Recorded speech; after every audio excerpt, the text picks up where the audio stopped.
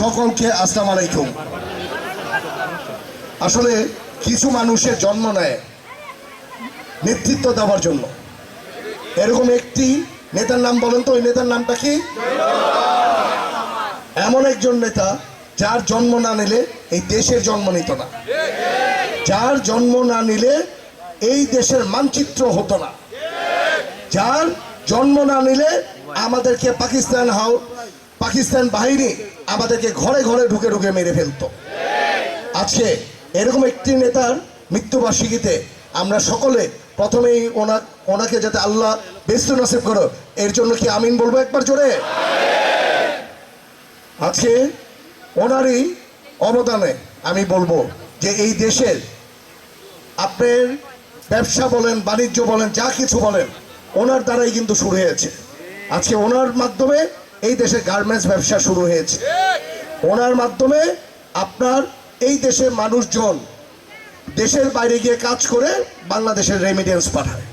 ওনার মাধ্যমে এই দেশে সুব্যবস্থা করেছে যাতে এই দেশের গণতন্ত্র যাতে থাকে, বিভিন্ন দল যাতে এই দেশে নেতৃত্ব দিতে পারে, এরকম একটা ব্যবস্থা করেছে।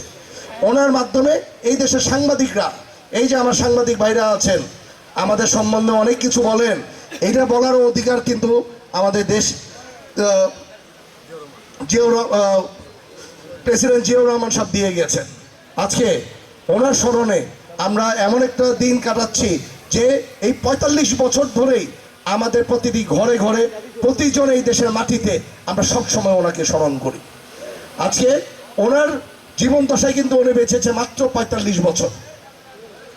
একটি মানুষ ৪৫ বছর বেঁচে এই দেশের প্রতিটি মানুষের, ১৮ কোটির মানুষের হৃদয়ে ঢুকে গেছে। কারণ মানুষ যদি সৎ থাকে, মানুষ যদি মানুষের জন্য কিছু করে, তাহলে আল্লাহ তাআলার তরফ থেকে একটি জিনিস আসে, সেটা হলো প্রতিটি মানুষের অন্তরে ওই মানুষের নামটা লেখা থাকে।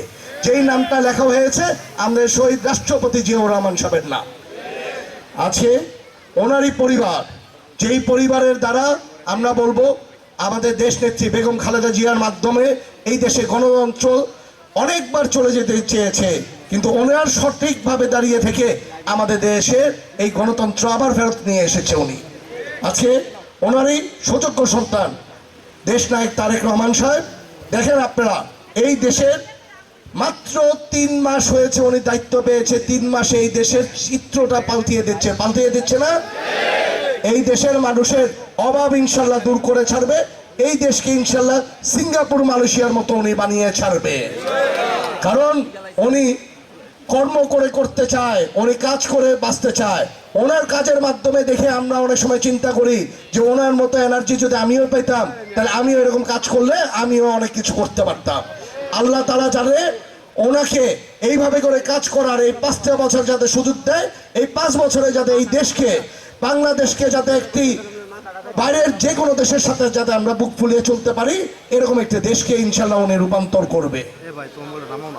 আজকে রূপগঞ্জের আপনারা বিভিন্ন জায়গা থেকে এসেছেন, আপনারা এসেছেন শহীদ রাষ্ট্রপতি জিয়াউর রহমান সাহেবের যাতে ওনার জন্য দোয়ার জন্য।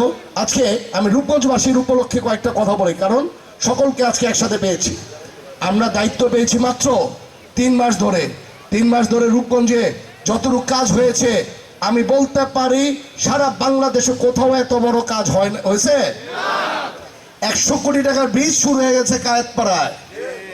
তারাবতে 4টা রাস্তার কাজ ধরেছি, ইনশাল্লাহ সামনে ১৮০ কোটি টাকার কাজ আসতেছে তারাবতে। রূপগঞ্জে আপনাদেরকে নিয়ে আমি একটি কাজ করতে চাই, সেটা হলো স্বপ্নের রূপগঞ্জ ইনশাল্লাহ করতে চাই। আপনারা কি আমার সাথে থাকবেন? স্বপ্নের রূপগঞ্জ গর্ব কেন?